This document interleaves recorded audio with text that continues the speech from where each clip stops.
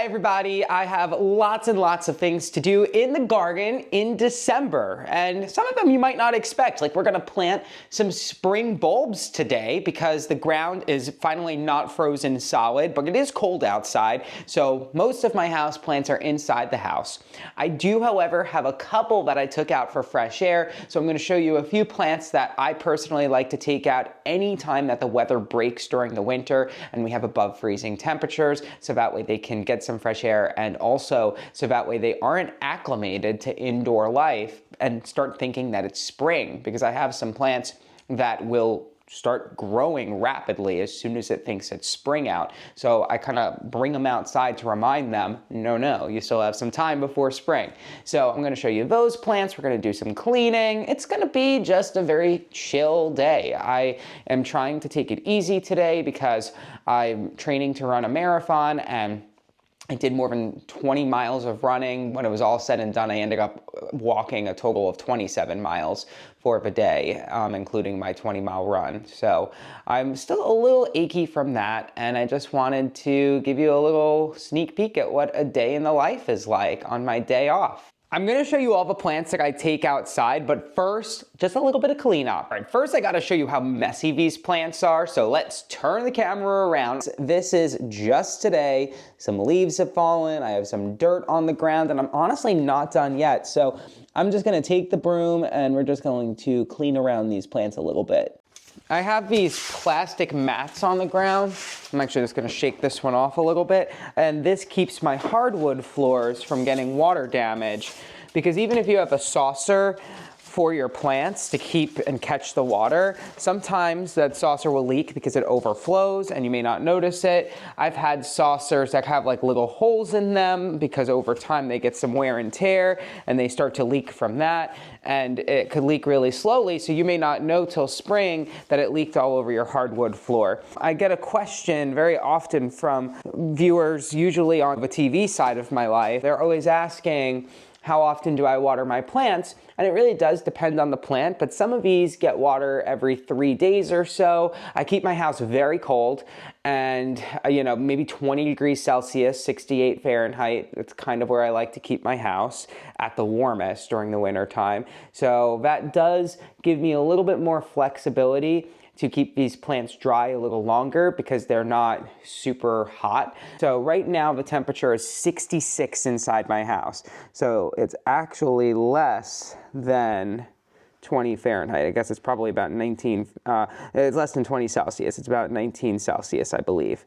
So outside it's 43 degrees right now, so it's pretty chilly out, but I do have some plants outside. So it's, I don't know, maybe like 7 degrees Celsius, just like quick math. All right, let's go outside. I'm gonna show you some of the plants that I have out right now in the cold. Shout out to the camellias, which are containerized because I like to move them around depending on their bloom cycle and bring them to the front of the house when they're blooming. And during the winter time, I like to fill it up with my cast iron plant in the back that's variegated. These plants stay outside as long as temperatures are above like 15 degrees Fahrenheit. So they've been outside so far through the cold that we had last week. My Dicksonia antarctica has also been outside, which is a tree fern that's very cold tolerant. And I got this new hardy holly fern that I'm very excited about, as well as other holly ferns that are not as cold tolerant. But this is a cold tolerant evergreen fern. So if you're looking for some ferns that stay green even through really, really cold weather, so these are not the ones that I bring in and out, but it looks like a house plant. It kind of looks like those Boston ferns, but it's much, much more cold tolerant. So this has stayed outside and really is doing magnificent. I do have some Fatsia japonica somewhere. Here's one.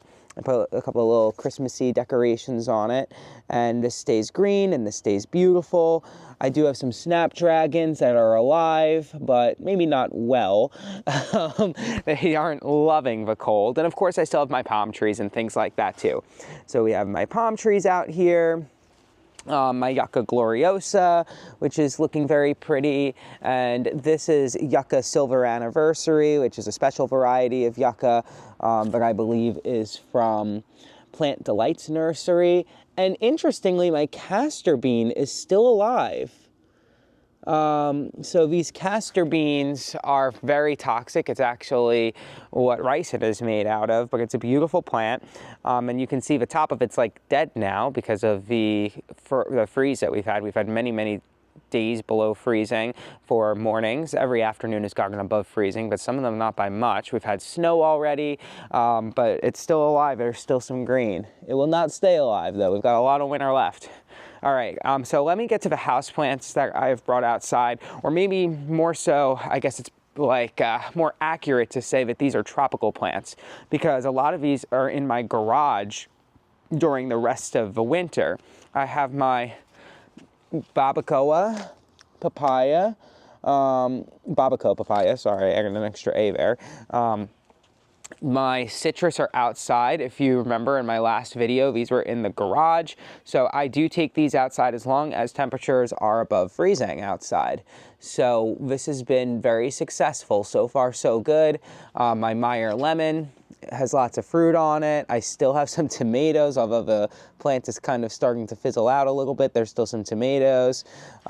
This is my ospermum, which was in the garage and has lots of flowers. So these can handle some decent cold. This is my hardy hybrid sago palm. It's a cycad that is particularly cold tolerant, this variety, this hybridization. This is the more common form of a sago palm, which was out in the snow. I mean, it was covered in snow. It saw temperatures down to 24 degrees without any damage. And the verbena, which is sold as an annual, but does have some cold tolerance, is also alive and well, and that has beautiful flowers in the spring and sporadically throughout the summer. So this is like a carpet of beautiful flowers when it is in bloom. So those are both looking really good, and they actually did stay outside for a pretty good chunk of the cold, but I brought it in for like the last little bit of a cold spell because I didn't want it to be below freezing for too long. My New Zealand flax was also outside for a majority of this last cold spell, and it looks really, really good. The pansies have stayed outside and are doing fantastic. This one is called Tiger's Eye, I believe. This particular variety is just unbelievable. My eucalyptus is doing really well. Lantana's gone. It will pop back if it's a mild winter, but hopefully it's not a mild winter because Lantana's a little wild. I left this agave outside. This is parallel, I think is how you pronounce the botanical name, truncata. Truncata is a variety that's a little less cold tolerant. The parallel is a pretty cold tolerant agave in general, but this variety, this kind of, truncata subgroup is not as cold tolerant. So that will go inside if it's much below 24 degrees, or if we have a lot of cold, then it'll go inside. I want to show you my bamboo palm. This was also out down to 24 degrees. Obviously the majesty palms are gone. I'm going to replace those next year, but the bamboo palms look great. They still have lots and lots of berries on them, makes a nice little Christmas decoration. I left this citrus totally outside down to 24 degrees, and I left it in this little milder corner, and it actually has some flower buds on it that are ready to burst even though it saw 24 degrees. So some of these plants can handle some real cold. This Dickia, cherry cola is the variety of Dickia. Very cold tolerant, kept this outside, no problems. It is a Bromeliad. And then check out my little palm tree corner. The mule palm was covered in snow. It looks great. There's no problems with it. The Livistona was covered in snow, 24 degrees. The queen palm above it, I actually did bring into the garage before it got down to 24 degrees, along with the geraniums. But all these plants are sitting in my garage. The Orangia pinnata palm, it's a sugarcane palm, I think some people call it. That was out down to 24 degrees. So were the Queen's Tears bromeliad, my Waggy Trachycarpus. So this is a variety of Trachycarpus fortunei that has really, really cute leaves. Look at the fronds on this. It's so rigid. I love these. And yeah, they've all been out down to 24. So the reason why I bring my plants outside as often as possible, particularly for the citrus, is because citrus will flush with new growth as soon as it thinks it's spring. And inside the house, that often is just not sustainable. There'll be like significant leaf drop when it goes out of dormancy because it's just not getting the energy it needs for its big flush of growth. By the way, I do really appreciate my backyard this time of the year because it is filled with evergreens that are, you know, New York favorites. And there is nothing wrong with an evergreen that is a favorite in a cold climate because they sure are beautiful. We have some yews, some rhododendron, we have some pines, and I think that they just are so beautiful, especially in the snow. So not everything has to be tropical to make me happy, but I do love my tropical plants. I do have my Needle Palm out here and my Sable Minor. I have Ming Treasure, which is a special type of iris that's really big. I have a Star Jasmine. This is an evergreen, not actually really a jasmine. It's not related to a true jasmine, but it has just the most beautiful fragrance in the world, and that's why it's called a jasmine. I have my staghorn fern outside. The reason why it doesn't really like cold, and it's actively growing, the reason why it's outside in this chilly weather is so that way it enjoys some humidity.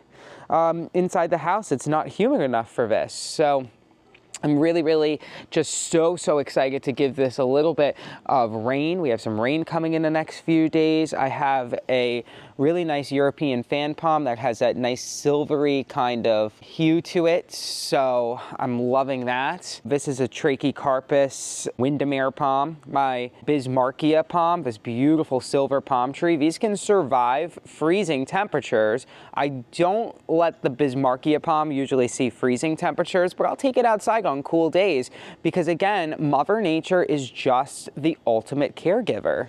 How amazing is this Ponderosa lemon? I only had it for 1 year. It has 3 gigantic lemons on it. I know this is like a zesty lemon. It doesn't have a lot of pulp. It's more zest. It's more rind, but it is so cool. This has to be the thumbnail of the video.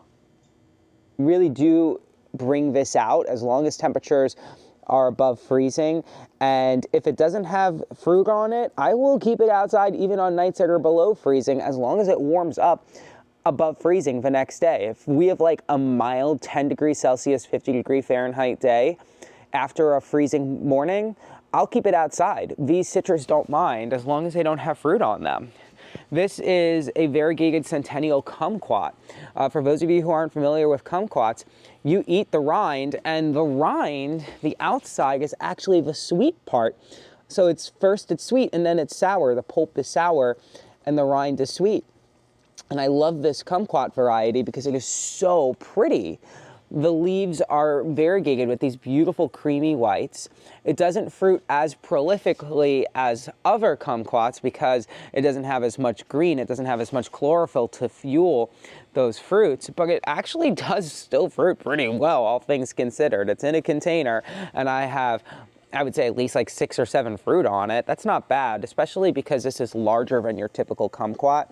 It's almost like I want to say it is some sort of hybridization between like a kumquat and a orange, because it's pretty large. Usually a kumquat is maybe half this size. I mean, if you look at my hand, these are quite large. I do still have some other plants that are out here doing pretty well too. We have my kale, which unfortunately got a little twisted from the snow, like it's starting to collapse just from the snow load that we had.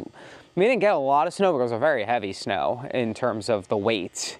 This is my Dicksonia antarctica tree fern. It was not looking good before winter arrived, so we will see if it comes back. It was kind of looking dead. I don't know what I did wrong. Maybe I missed a watering or something, but the other Dicksonia antarctica, the baby one, looks great despite the cold. So it's not the cold that did it. This is my Fatsia japonica. I love the beautiful flowers on this. It's also benefiting from being in full shade because you can see it's just a very, like the form is like perfect on it. It doesn't have that snow load problem that some of my other plants have right now. And you might be wondering, what is that buzzing sound? And it is my pond. I'm trying to get the pond to work. This is a tractor seat plant, a Farfugium Japcona. Love my Japconas, native to Japan. And look at the cute little flowers on this, and look at the beautiful tropical foliage. So again, this stays outside all winter, a little bit more of an experiment for a Farfugium, but the Japconas are really easy. The Fatsia Japconas are really easy. I have another windmill palm here. And I have some Ellebores, Lenten rose, just in time for Lent, as the name implies. So these stay green all year long. I love hellebores. They're very, very cold tolerant.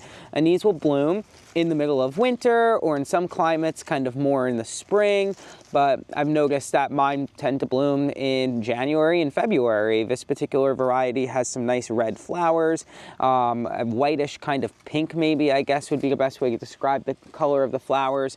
So I have one here, and I have another one over here, and they're all filled with buds. Lots and lots of buds coming up. So I have a vision for the pond area. What I want to do, because the pond looks so nice and tropical during the summertime, and then this time of the year it kind of looks like bleh, bleh, not so great, right? So I am going to plant something that makes me happy for springtime. So I have all of these little dead ferns that will come back up in the spring. I want to clean up this little pot over here and move it. I have some other little, debris that I need to clean up over here. I'm going to remove all of that, and I'm going to plant some spring bulbs. So I'm thinking some maybe crocus just all along here, so that way in March and April there's just going to be like a carpet of crocus blooms. And it'll just be like a nice little pop of color just when I want it the most and when I need it. Right, little fishies? Anyway, I do love experimenting with hardy gardenia. I have two of them. One of them is Chuck Hayes, which I'll show you in a second, and this one is called Frostproof. This one's actually not in a great spot because look at the soil. It's just all rock here next to the fountain, but it's doing pretty well. It blooms every year. And I guess it benefits from being close to the pond. Maybe it's a little warmer here. So sorry, by the way, that buzzing is horrible. Check out this mule palm though. I mean, is it not just a thing of beauty?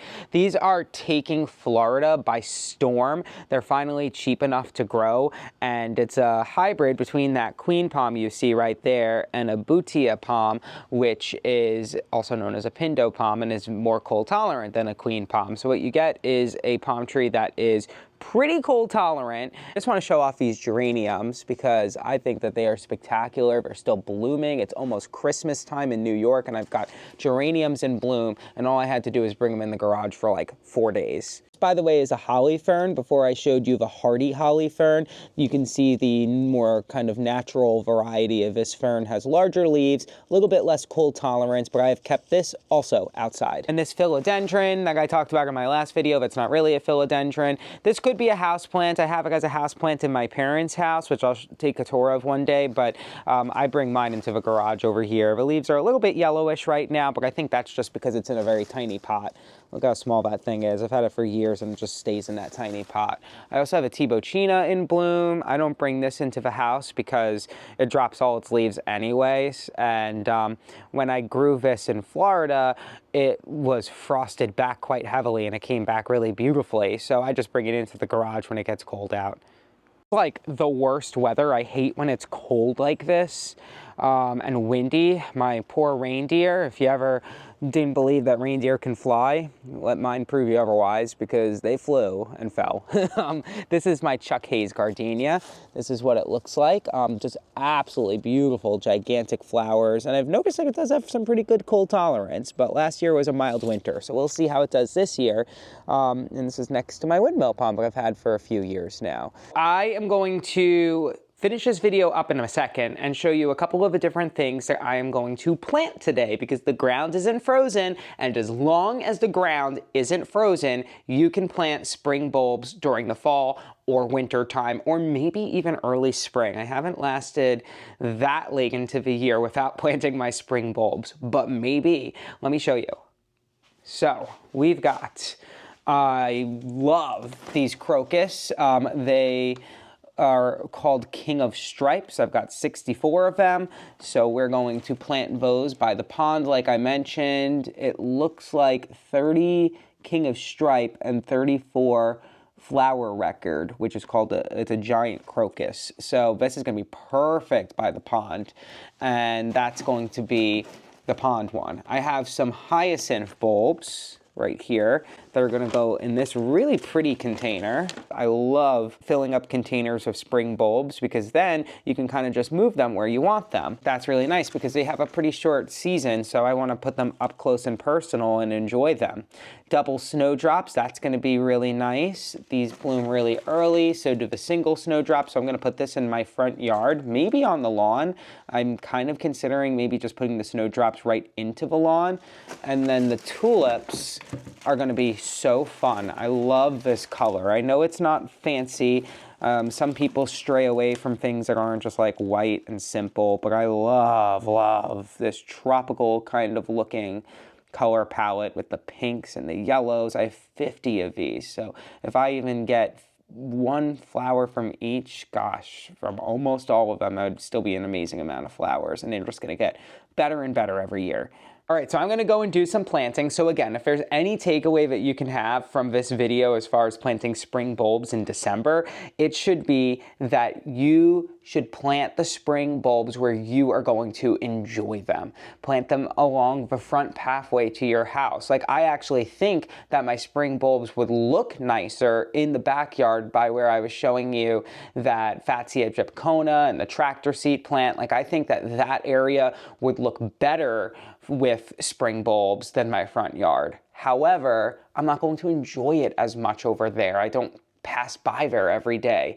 And then also planting them in containers, like pretty containers that you have, would look great with spring bulbs. You don't have to have anything else in the container. You just toss it underneath a bush for the winter time, and then when it starts popping up, put it on your front porch. Put it in your house when it's blooming. I might bring these hyacinths when they're blooming into my house during the springtime and just enjoy the flowers and the fragrance. It's an amazing fragrance. So that's my secret. That's sort of where I'm at when it comes to planting spring bulbs. So I'm gonna put on a heavier jacket and we're gonna do that. I'm gonna stop this video here because I'm exhausted. My feet hurt. But it's all good because I'm getting ready for this marathon. We're gonna do it. I'm mentioning it every time I make a video, so that way I continue to stay motivated and be held accountable to do that marathon running stuff, but not today. Today, it is garden stuff. Bye, see y'all soon.